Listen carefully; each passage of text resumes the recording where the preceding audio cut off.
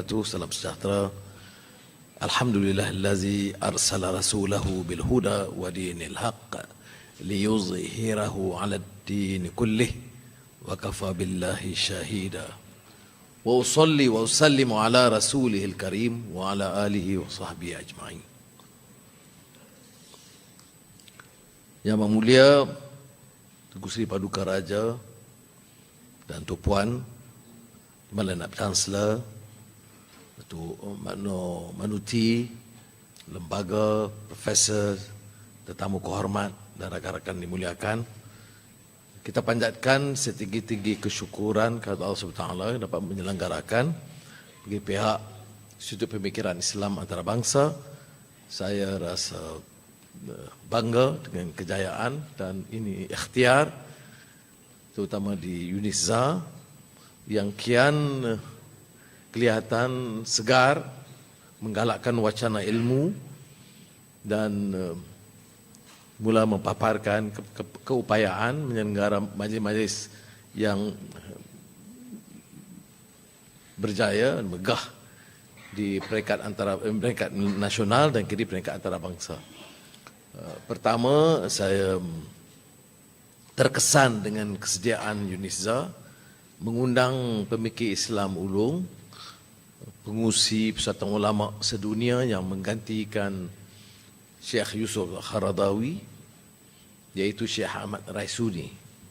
Syekh Yusuf Qaradawi seperti mana sudah maklum, keuzuran, maka mempelawa supaya Syekh Ahmad Raisuni memimpin Persatuan Ulama Islam Sedunia.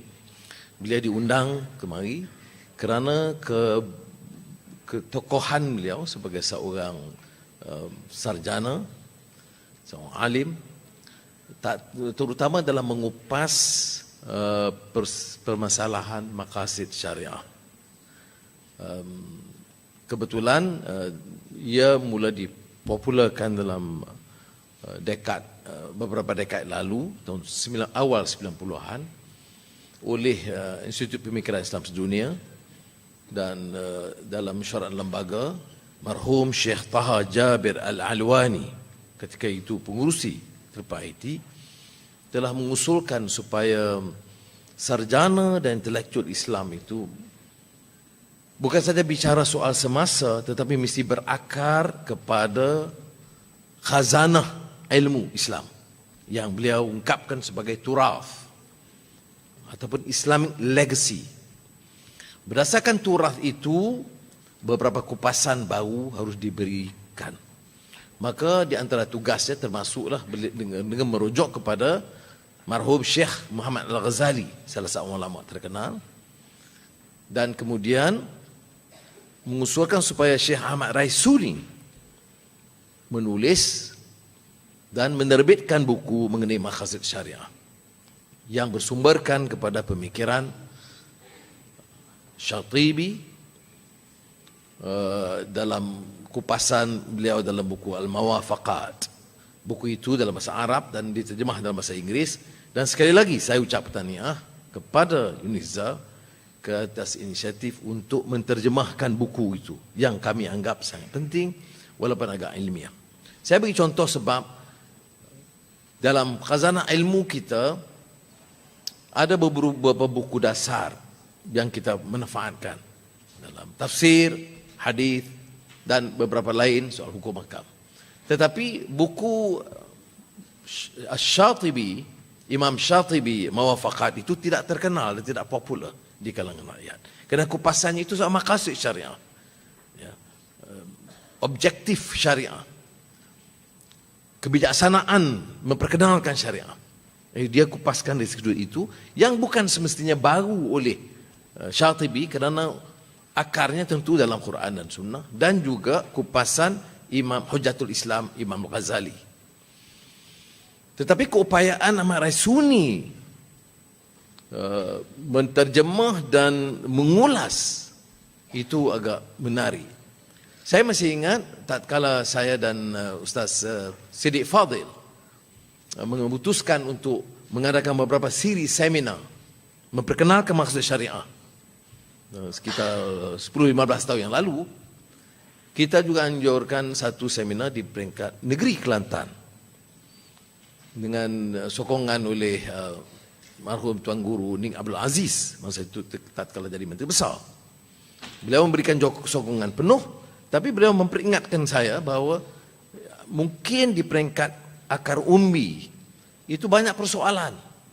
Mengapa diperkenalkan seorang tokoh ulama silam tetapi tidak begitu terkenal di kalangan masyarakat dan di kalangan pendidikan tradisional. Nah, tapi maka beliau mengusulkan supaya pendekatan kita itu harus lebih bijak, memberikan kefahaman dan peringatan oleh Tuan Guru Abdul Aziz itu penting kerana kata beliau kitab-kitab begini kitab lama dalam khazanah atau turaf kita, tetapi kalau tidak kita perkenalkan kepada khalayak, terutama di kalangan cerdik pandai Muslim, maka mereka hanya akan terkongkong dengan beberapa kitab tetap tanpa meneroka ke alam pemikiran baru. Meneroka alam pemikiran baru itu wajar, tanpa daya fikir yang kreatif kita tidak mungkin dapat mendepani permasalahan semasa. Yang semasa termasuk hal-hal yang tidak pernah terungkai dalam kitab-kitab lama. Artificial intelligence, Internet of Things, Big Data. Istilah-istilah itu penting dan ada masalahnya. Inilah ada keperluan kita kembali kepada akar Islam dan turaf khazanah kita dan kemudian mengupasnya berdasarkan pencapaian dalam usaha meneroka alam pemikiran dan teknologi baru. Saudara-saudara yang dihormati sekalian, universiti punya peranan yang penting. Seperti kita tahu, di antara yang menulis tentang rise of colleges, kebangkitan college university, karya George Makdisi, itu katanya ialah dalam tradisi Islam. Tetapi tradisi itu ditinggalkan kerana universiti-universiti Islam sendiri walaupun berkembang, tetapi tidak berkembang dari segi ilmunya, tidak berkembang dari segi tahap prestasi akademiknya, tidak berkembang dari segi menggalakkan mahasiswa dan sarjana di universiti untuk meningkatkan wacana yang lebih segar, daya kreativiti, kerana suasana itu terbelenggu dengan sistem sama ada politik, perundangan atau sosial yang menakutkan. Tidak boleh bicara, tidak ada toleransi. Kalau ada agak perbezaan pendapat, terus akan diserang dan dihukum. Dan suasana ini sebenarnya dalam universiti tidak wajar. Tentu kita ada beberapa hal yang boleh mengawal keterlanjuran dalam apa-apa bidang. Tetapi kalau mahasiswa itu terlanjur atau sarjana muda itu terlanjur, adalah tugas ilmuwan untuk memberikan teguran dan mengembalikan mereka kepada landasan. Tetapi kalau kita menghalang kebebasan berfikir di universiti, kalau kita terkongkong dengan maksud walak kepada salah satu pandangan yang tidak memberi ruang kepada pemikiran lain, ia tentunya akan menyempitkan risalah Islam itu sendiri. Saya bagi contoh maqasid syariah. 30 tahun dulu orang tidak bicara maqasid syariah. Yang bicara adalah syariat. Mengapa sekarang sekonyong-konyong bangkit? Apakah ini ilmu baru? Tidak. Ilmu itu ilmu yang lama dalam turas kita. Tetapi tidak dikembangkan justru kerana pemikiran Islam itu terbantuk dan terkongkong. Ini yang dikupas oleh Muhammad Iqbal dalam Reconstruction of Islamic Thought, Religious Thought in Islam. Ya. Kerana kongkongannya menakutkan umat untuk berbicara, takut terkeluar dari garis yang terlalu ketat. Jadi beliau kemudian mempopularkan istilah ijtihad dalam pemikiran semasa. Saudara-saudara yang mati sekalian, ramai sarjana dan ilmuwan selepas ini. Sudah anak-anak mahasiswa tak pernah dengar Anwar Ibrahim cakap serius begini. Kan selalu dia ingat saya pergi kempen politik saja. Tapi saya hari ini tidak. Saya bicara mewakili Institut Pemikiran Islam Sedunia, walaupun saya tidaklah tergolong dari segi sarjana atau ilmuwan, tetapi oleh kerana saya sejak saya muda dalam ABIM, salah seorang pendiri Triple IT yang ketika itu ditaja oleh almarhum Ismail Faruqi, salah seorang sarjana berasal Palestin, yang memberikan ruang dan menggalakkan, pertama menyatakan apa dia yang membelenggukan umat Islam sekarang ini, yang kita menjadi merana, miskin, baik dari segi pengurusan pemerintahan lembab dan korup, zalim dan menindas, persekitarannya rusak, tahap pendidikan rendah, ekonomi tidak berkembang. Jadi ini dia kata the malaise of the ummah. Maka dia mendorong kita supaya, terutama di kalangan sarjana, fikir semula, gali yang lama, teroka yang baru, galakkan anak-anak muda terutama di universiti bicara dengan terang, bicara dengan berani, tegur. Kalau lebih masuk penjara, jangan lebih. Tetapi berikan wacana begitu supaya pemikiran berkembang. Ya. Kemudian itu yang pada masa itu Triple IT sejak tahun 80-an perkenalkan apa disebut Islamization of knowledge. Kita belajar antropologi.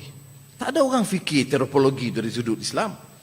Antropologi kalau tengok dalam teori itu, Fraser, characteristics of prayer, dari segi yang sangat sekular, melihat agama dari sudut yang sedemikian. Maka ada kupasan begitu. Kemudian ekonomi. Bicara soal ekonomi, kalau Islam itu zakat fitrah, dan ya sedekah dan amal jariah. Tetapi tidak melihat umpamanya keperluan pemikiran ekonomi dari sudut Islam. Maka masa itu difikirkan bank Islam dan juga insurance Islam, takaful. Tetapi ini yang disebut Islamization of knowledge, ya, pemikiran baru. Tetapi ini berkembang. Sekarang pengasas bank Islam di antara yang terkemuka, sarjana terkemuka, namanya Dr. Najatullah Siddiqi, sekarang menulis, menyanggah pemikiran tentang bank Islam. Kata dia, bank Islam itu satu ikhtiar dalam kerangka besar, dan kerangka besar itu namanya ekonomi Islam, dan ekonomi itu hanya tidak akan berkembang dengan perbankan. Bank itu dari sudut pemikiran barat dan kapitalisme. Dalam Islam dia sebut kita harus lihat ekonomi dari sudut maqasid syariah. Maqasid syariah ini maknanya matlamat sistem Islam itu apa dia? Keamanan, keadilan, kemanusiaan. Ini tertinggal kerana bila jadi bank dia ikut yang menghalalkan, maknanya tidak riba. Jadi orang kata bank Islam itu tidak riba, noktah. Padahal kata Najatullah Siddiqi, bank Islam patut lebih hebat dari sudut penyertaan umat. Maknanya memastikan ia lebih melebar jaringannya bagi orang termasuk yang miskin, petani, nelayan. Apa hubungan bank Islam kita dengan petani yang miskin dan nelayan? Kosong. Kata dalam bahasa Hindi, naik kabinahi, tak ada apa-apa. Yang ada, oleh yang demikian, bukan kita menolak kenyataan kemajuan bank Islam yang ada, tapi Najatullah Siddiqi menganjurkan bahawa social dimension, ini Profesor Mak Bakar punya pandangan tadi, dimensi sosial atau dimensi manusiawi yang bagi kita orang Islam berakar kepada walaqad karramna bani Adam. Karamah insaniyah bila Allah angkat darjat Bani Adam untuk yang menekankan kemanusiaan di situ. Di mana kemanusiaan atau dimensi sosial dalam ini? Tidak ada. Pada tahun 60-an, seorang sarjana, Profesor Syed Hussein Nasr, mengungkap permasalahan Islam, lingkungan, persekitaran, masyarakat dalam Man and Nature. Dan kita rumuskan dari ayat Al-Quran, wa kadzalika ja'alnaka ummatan wasata litakunu syuhada'a 'alan nas wa yakuna ar-rasulu 'alaikum syahida. Dia terjemahkan ummatan wasata. Ini sederhana kita sebut. Ada buku kecil Qaradawi tentang kesederhanaan dalam Islam yang penting. Kalau tidak kita bercakap sederhana, tapi negara porak-peranda, balak dicuri, cara sederhana, saham-saham hilang, tapi kita bicara sederhana. Rasuah masih menular, tapi kita cakap sederhana. Sederhana itu tentulah perimbangan iman dan ilmu, akal dan kalbu, rohani dan jasmani. Tetapi equilibrium ini maknanya mesti ada keseimbangan. Keseimbangan maknanya perihal kebajikan diri dan masyarakat. Maknanya kekayaan negara mesti menjamin keseimbangan pendapatan bagi rakyat terbanyak. Mutu pendidikan dan kesihatan yang harus terjamin. Sebab itulah kalau umat Islam itu disebut umat yang wasat, ya, bukan sekadar sederhana dalam pengertian terbatas, tetapi boleh jadi contoh kepada umat manusia.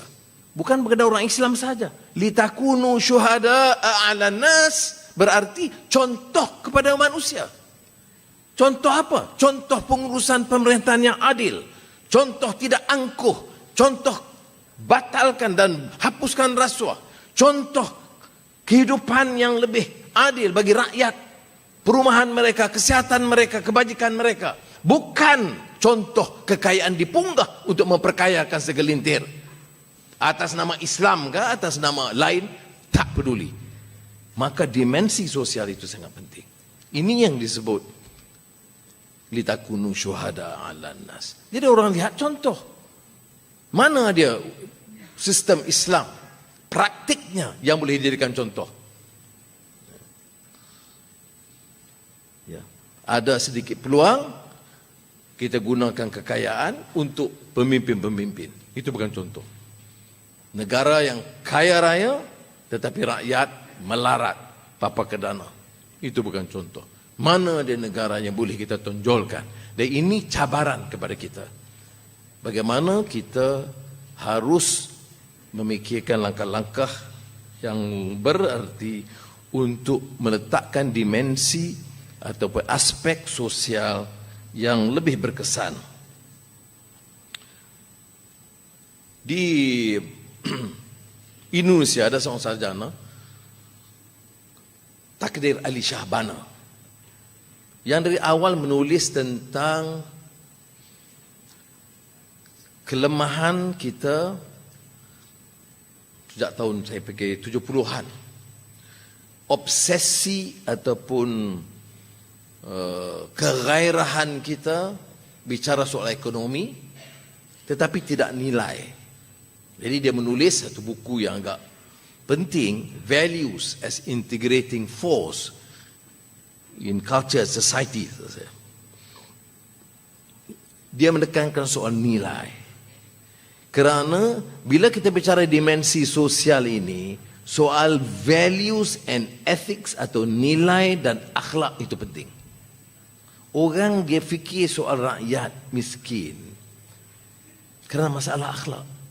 Bagaimana boleh negeri yang penuh dengan kekayaan balak dan biji timah dan minyak dan gas dan banyak negara. Bagaimana boleh kita pertahankan konsep pembangunan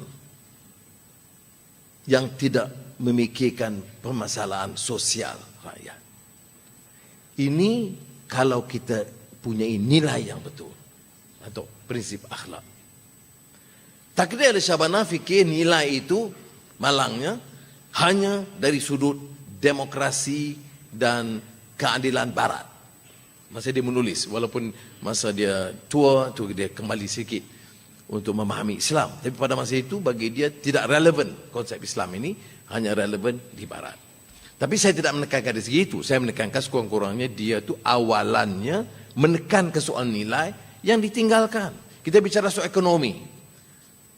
Semua kita gairah pembangunan, pertumbuhan, angka-angka tentang pasaran saham, pembangunan ekonomi bagi nelayan, ukuran petani, pekebun kecil, padahal mereka merupakan jumlah penduduk, jumlah yang terbesar dalam negara. Ini sebabnya maka kita katakan untuk bicara soal sosial bagi kita, dia bukan satu wacana ilmiah semata.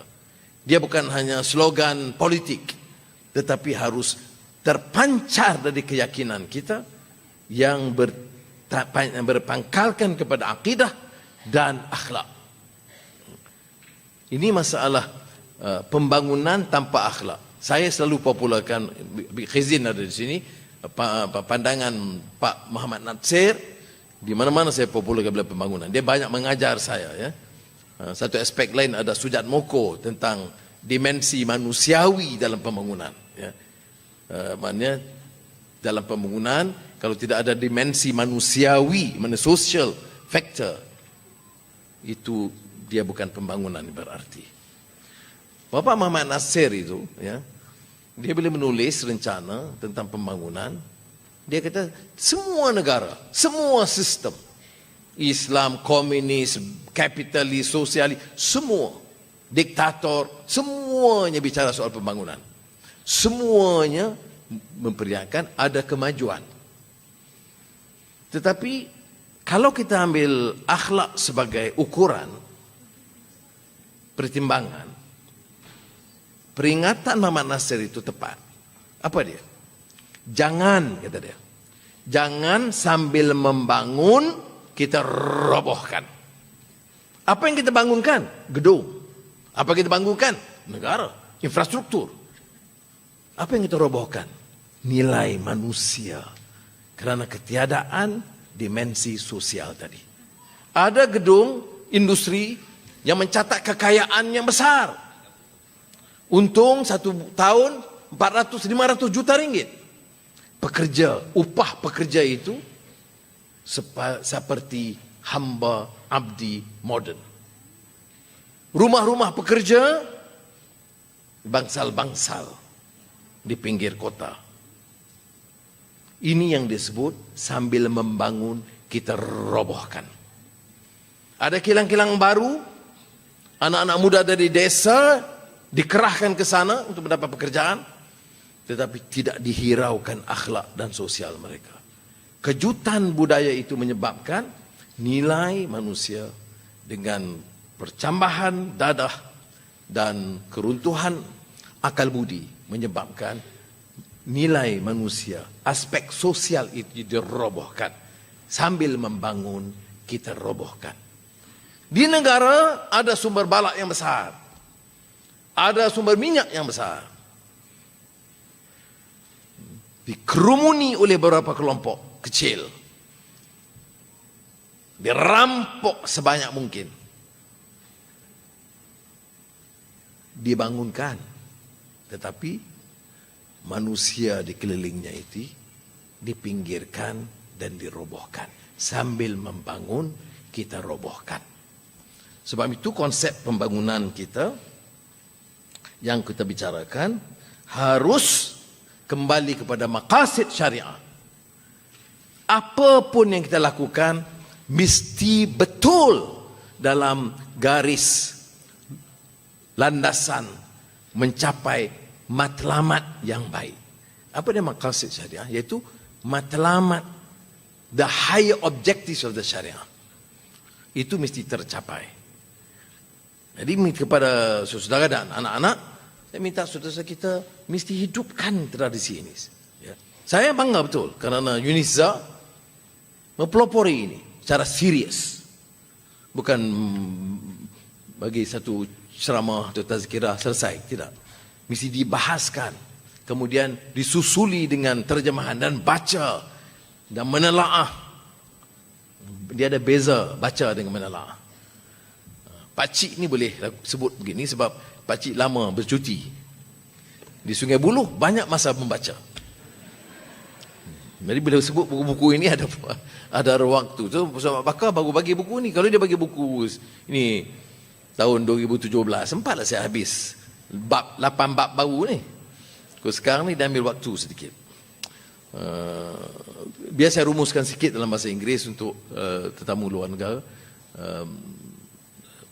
Delegates and participants, I have to express my profound gratitude and thanks and appreciation to you for being present, but also to the leadership of this university and Professor Matno for supporting this endeavor. This is not one-off endeavor. It's not political gimmick. It's not an intellectual exercise in the normal sense, but a very serious attempt to encourage a healthy dialogue, to encourage creative thinking amongst our teachers and students. Now, the Maqasid Sharia is, of course, something embedded in our Turath or Islamic legacy, but recently re-emerges under the auspices of the IT, firstly by the valuable contribution of Sheikh Ahmad Raisuni in his book on Maqasid of of Ash-Shatibi, and also of Jasir Auda, who later followed and published another book on this subject, then Fathi Malkawi, and quite a number of other scholars giving the substance of what Maqasid is all about. Then subsequent writings, when we talk about development, for example, we talk about equilibrium in development, then we discuss what is the social aspect or social dimension, which is unfortunately in our history, in our practice, in contemporary times, much relegated to the background or neglected. So I appreciate this effort. Of course, there is also a small reference there to civil society, Madani, Mujtama' Madani, which is very critical and largely ignored. The role of universities, the roles of Waqaf, the roles of schools and intellectuals, of associations. When you talk about democracy in America, you don't see only about the excesses at present. The founding fathers of democracy in America, according to Alexis de Tocqueville in his book, Democracy in America, talk to a great extent on the issues of justice and civil society, what he called intermediate associations. But what is more pronounced that I want to alert you is that a meaningful democracy comes from the habits of the heart. Alexis de Tocqueville used this term, habits of the heart, which means when you talk about justice, and for Muslims, you talk about Maqasid al-Sharia, you talk about society, social dimension, it must stem from our inner belief. A phrase used by Alexis de Tocqueville in terms of the initial success of democracy in America, because it is the habit of the heart. It is not the habit of lectures by politicians or political leaders. It is your conviction, your belief, your strong desire to apply and believe the conviction to implement these high principles of freedom, justice, and virtue.